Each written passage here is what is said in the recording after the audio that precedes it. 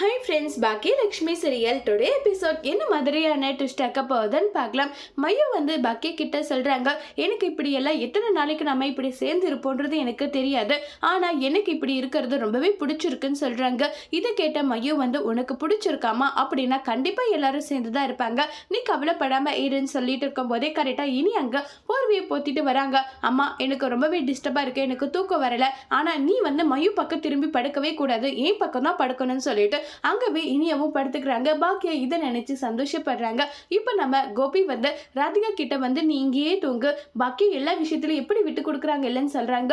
உடனே ராதிகா, என்னதான் நாங்க ஃப்ரெண்டா இருந்தாலும் நான் பாக்கியாவுக்கு எவ்வளவு பெரிய நம்பிக்கை துரோகம் பண்ணிருக்கேன், அவங்களுடைய பிசினஸை கெடுக்கணும்னு எவ்வளவு ட்ரை பண்ணிருக்கேன், அவளுடைய புருஷனை நான் உங்களை கல்யாணம் பண்ணிருக்கேன், இது எல்லாமே என்னுடைய மிஸ்டேக் தானே, இது எல்லாமே நான் யோசிக்காம இருந்திருக்கேனே, ஆனா பாக்கி அப்படி கிடையாது, எல்லா விஷயமும் தெரிஞ்சோம், இப்ப எப்படி நம்ம கிட்ட கேஷ்ல இருக்காங்க, அதுவே அவங்க நமக்கு கொடுக்குற தண்டனை மாதிரி எனக்கு தோணுதுன்னு சொல்லிட்டு ரொம்பவே ஃபீல் பண்ணி பேசிக்கிட்டு இருக்காங்க.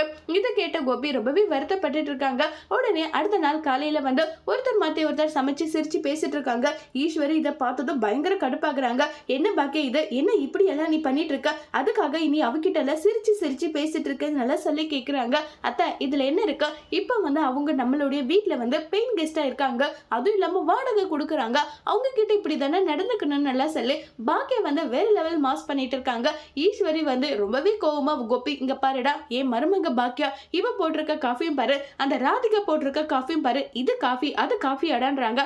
அம்மா எதுக்காக இப்படி பண்ணிட்டு இருக்கேன்னு சொல்லிட்டு இப்ப நேரம் கோபி போயிட்டு இன்னைக்கான வாடகை 10 நாளுக்கு சேர்த்துன்றாங்க. அப்ப 10 நாளைக்கு அப்புறம் வீட்டை காலி பண்ண போறீங்களா? உடனே கோபி இல்ல அப்படியெல்லாம் இல்ல, 10 நாளுக்கு சேர்த்து கொடுக்குறேன் அவ்வளவுதான் சொல்லிட்டு கோபி சொல்றாங்க. பாக்கியா ஒரு பக்கம் அங்க இருந்து கிளம்பி போனதும் ராதிகா இதை நினைச்சு ரொம்ப வருத்தப்படுறாங்க. பாக்கியாவை வாக்கும் போதெல்லாம் எனக்கு குற்ற உணர்ச்சி இருக்கேன்னு சொல்லிட்டு ரொம்பவே வருத்தத்துல இருக்காங்க ராதிகா. அதோட இந்த எபிசோட முடிச்சிருக்காங்க.